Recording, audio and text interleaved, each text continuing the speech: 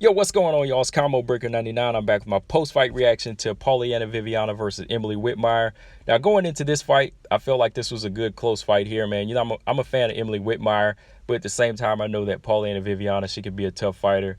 And looking at her 3-fight losing streak, I knew right now she had that momentum in her mindset to say, okay, you know, I'm on a 3-fight losing streak. I could possibly be cut here, so I got to go in here and make a statement. It was similar to Shannon Dobson. You know, you can never count these fighters out just because they're on a losing streak.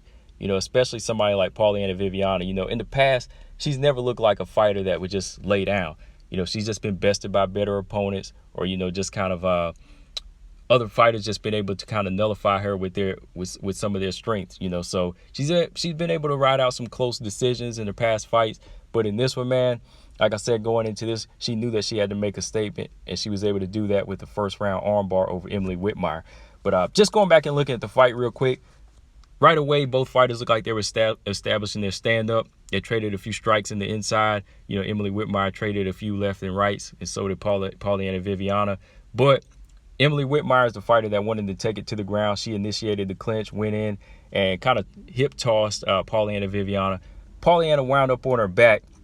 But on her back, Polyana, she's a pretty good defensive fighter. So whenever she has her guard up, Emily Whitmire is really trying to pass that guard and trying to get in that top position on Polyana Viana. But Polyana, she's able to lock up the right arm of Emily Whitmire under her arm as she's trying to get that unhook. She gets the overhook and keeps it pretty tight. And while she's tight on it, she's landing big elbows with her right on Emily Whitmire's head. So while she's landing these big shots, she has one arm locked up at Emily Whitmire from getting anything done.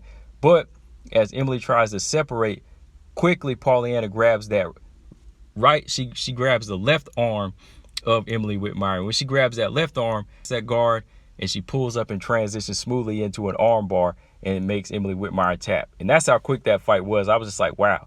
You know, she was really working off the aggression of Emily Whitmire in this fight, and it just worked to her advantage. You know, because she wanted to take her down and try to get that ground, try to make this a grappling match. But Polyana was able to, you know, capitalize off of her offense and get that submission win. So yeah, man, this was a good quick fight. Like I said, Polyana, she needed this win to really get her back into the mix. You know, going off a 3-fight losing streak.